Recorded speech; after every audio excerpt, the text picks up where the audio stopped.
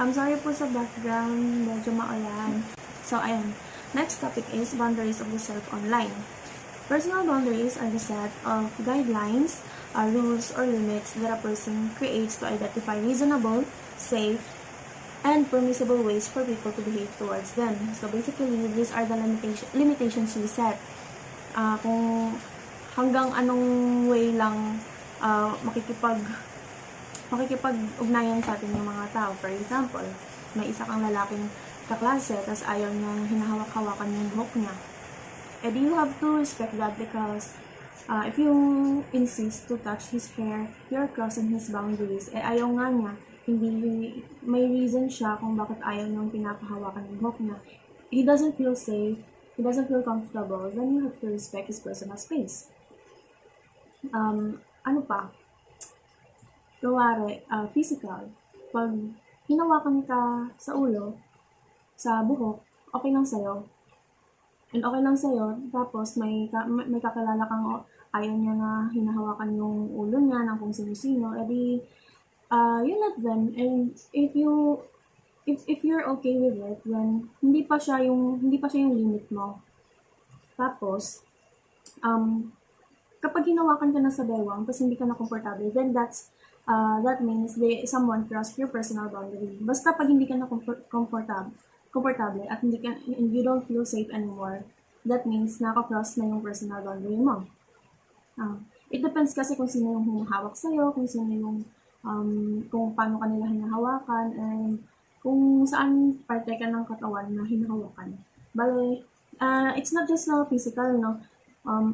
May magkakaroon ka din naman ng personal boundaries sa sexual, emotional, and generosity.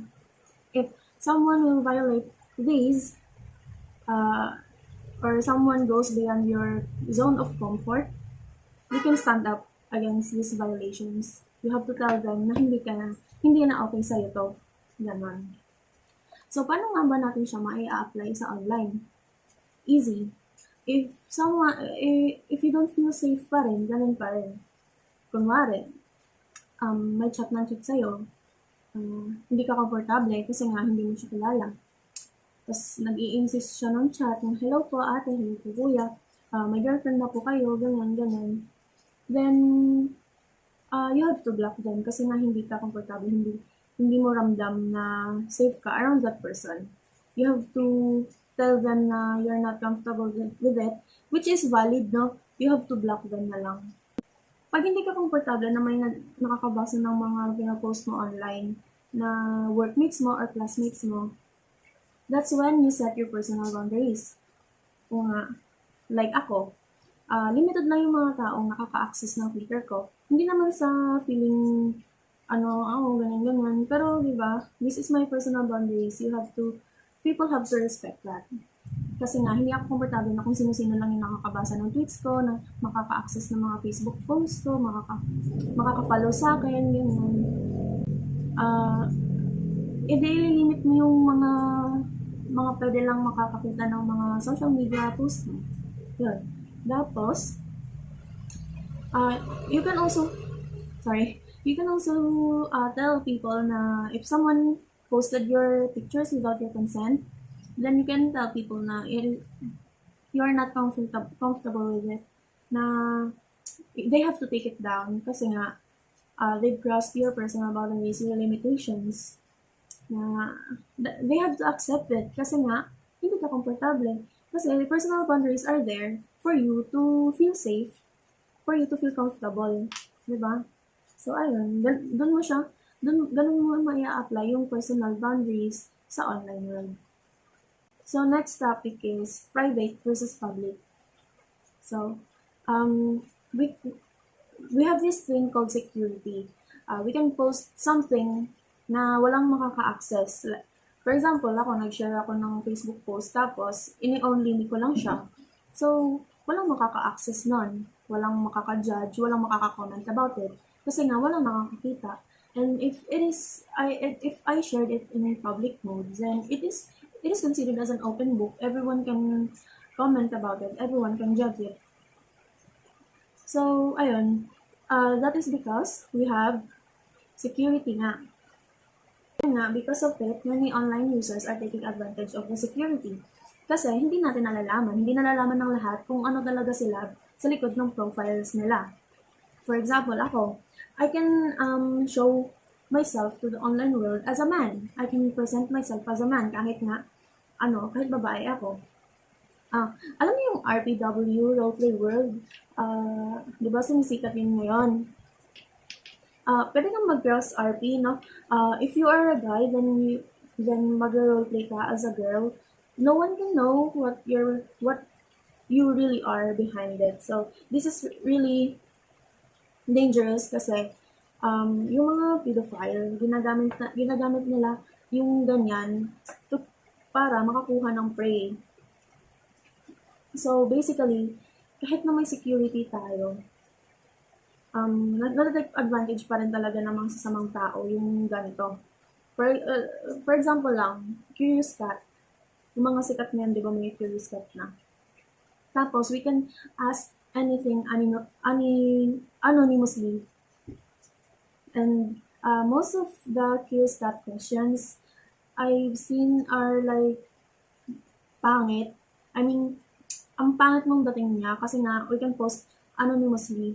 Tapos, everyone, yung magtatanong, yung magkakaroon sila ng courage to drag people down and like ibabash sila, ganon. Kasi nga, hindi naman natin alam yung identity nila. Kasi naka-anonymous sila, they have the option to be anonymous. Kaya nagkakaroon sila ng courage na na siraan yung isang tao. Like yung friend ko, may art kit siya. Tapos, yung Curious Cat niya, napupuno ng hate comments kasi hindi daw maganda yung art niya, ganyan, which in fact is very dangerous nga. Ayun, naapektuhan yung mental health niya, yung confidence niya sa art niya. What I'm trying to say here is yung option natin to be private is very dangerous nga kasi nagagamit siya ng mga masasamang tao. Yun lang. Next topic is personal or individual versus social identity online. So, identity daw is made up of both personal and social identity. Social identity is based on group affiliation. Like in social media, many people identify themselves as a member of a certain group so that it will be easy for them to communicate their concerns or issues. Like for example,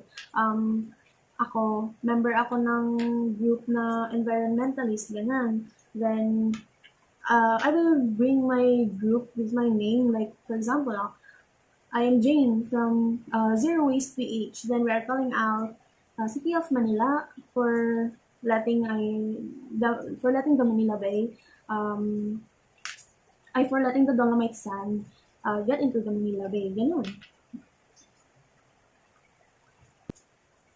Pero, there is a paradigm shift daw with regards to identity.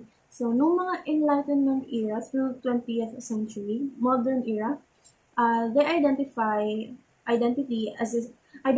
is described as fixed, stable, and unitary. For example, nanay ka lang, so you cannot really do anything about it. Sexist, no? So, in postmodern period, or now, basically, identity is considered as fluid, multiple, and socially constructed. Sherry Turkle pointed out that people have different roles in different settings. One wakes up as a lover, makes breakfast as a mother, and drives to work as a lawyer. Different contexts make different aspects of one's identity more salient, such as in school, party, church, work, or home. So basically, yung sinasabi dito, pag nag-iiba yung setting, nag-iiba yung lugar, nag-iiba yung kasama mo, nag-iiba din yung identity mo. For example, sa school, student ako, sa bahay, ako yung naglilinis. Sa mga friends ko, ako yung laging masungit, ganyan. Yun yung nagbabago yung identity ko through, sa mga kasama ko. Depende sa mga kasama ko, at saka kung nasan ako. Ganon. In sociology, identity theory, according to Stryker, explained that individuals have role identities.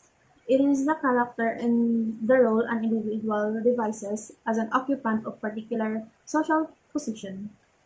Self is hierarchical, ordering of identities by salience. The greater the commitment of an identity, the greater the salience of identity. Salience of identity influences behavioral choices in the situation. So basically, this says na kung ano yung dominant mo na identity, kung ano yung identity na nagagamit mo lagi, then that is your self or role identity. Ako, yung lagi kong napupuntahan is school, so I am a student, ganon. Yung iba, taxi driver, yung iba, nana, yun nga. Pero nag-iiba siya, hindi ako palaging student, hindi sila palaging taxi driver. Nag-iiba siya, pero yun yung dominant or role identity niya. Yun. So next topic is gender and sexuality online. So a special concern is that boys raised in traditional manner are socialized to conceal their emotions. So researchers have found that problem behaviors often characterize highly masculine adolescents. So, pansin niyo ba yung mga boys as they are growing over time, hindi na nila ginagawa yung mga ginagawa nila dati, hindi na nila hilig yung mga hilig nila dati. Hindi na sila umiiyak, nung mga bata pa sila, umiiyak pa sila, di ba?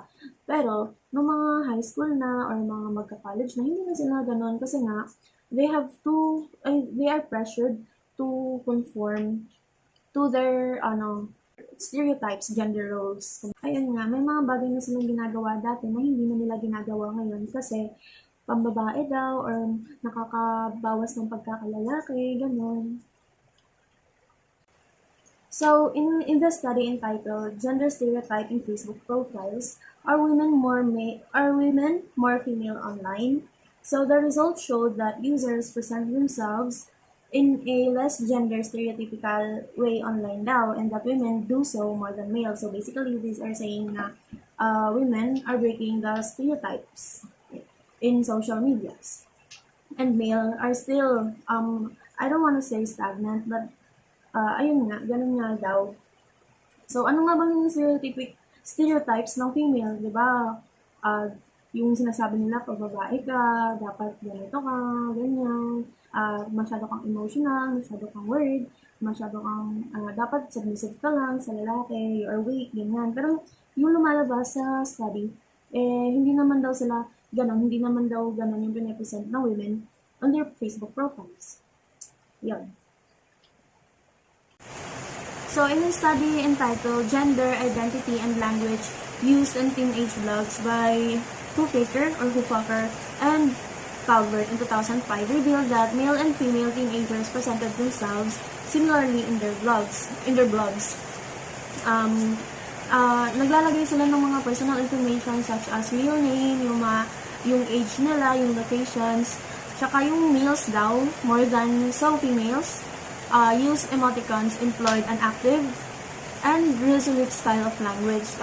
They are more likely presents themselves as gay. So, bakit nga ba yung teenage yung mga gumagamit ng emoticons? Yung mga naglalagay ng mga personal information nila online. This study daw has shown na they are exploring their sexuality. Kasi nga, di ba, yung pag-explore natin ng sexuality natin, nag-occur siya during our adolescent years. Also, teenagers daw, they want to stay closer in their real life. Kung ano yung pinapresent nila in real life, ganun din daw yung pinapresent nila sa online world. Next is sex is explicitly portrayed in movies, TV shows, videos, lyrics, or popular music, MTV, and internet sites. So according kay Hannessy in 2009, adolescents, not unlike adults, like to watch television programs with sexual content. So ano ba yan yung American Pie? Yun yung usong-uso ng high school, di ba? Kasi nga, may story, tapos may sexual content din. Another study by Ward in 2012 revealed that yung panonood daw ng television sex, yung mga pornographic, or may, yung mga shows na may, penetration or something, can influence adolescents' sexual attitude and behavior daw. Researchers have shown that exposure to sexual content is related to more permissive studies about premarital and recreational sex. Sabi yan ni Houston et al. In 2015. These may also be applicable to online devices since many sites are public na may na-access na tayo, nakaka-access na tayo ng mga sites like P-Hub, Red Chuchu, yon. Tapos, nagagamit siya ng mga teenagers sadly. So, another form naman daw of exploring their sexuality is through sexting. So, ano nga ba yung sexting? Di ba familiar kayo dun sa mga Facebook posts na tinulak yung kama sa'yo, gano'n. Tinulak ka saan ba? Sa wall or something. Yan. Yun yung sexting, like you describe what you wanna do or what you're gonna do to the person in sexual way. Which refers to sending, receiving, or forwarding sexually explicit or pornographic photos like, alam niyo na, yung mga nudes dyan, photographs, images, yung mga videos nyo na nagkakamay kayo habang kumakain, ayun. Sorry saan. Pero yun talaga po. Yun yung mga ginagamit ng mga adolescents while they are exploring their sexuality. It may also include the use of computer or any digital device. So what they are basically saying is na sobrang accessible na siya to the teenagers. Di ba dati mga panahon pa ng lolo natin. Lang sila, nag-rely lang sila sa TV pag gusto nila manood ng mga pornographic chuchu. Nag-rely lang sila sa TV, magazines, and yung mga CD na binibenta sa kanto-kanto, yung tig-50. Ayun, doon lang sila nag-rely. Pero tayo, we have access to the internet na, and there are sites na that giving us free access, like P-Hub na, yung Red Chuchu. It is easy for the adolescents to access na, to explore their sexuality kasi nga may internet na ngayon. So yun, nagagamit nila yun. Sadly lang, nagagamit nila hindi naman sad, pero nagagamit siya sa premarital sex or recreational sex. Yun lang po.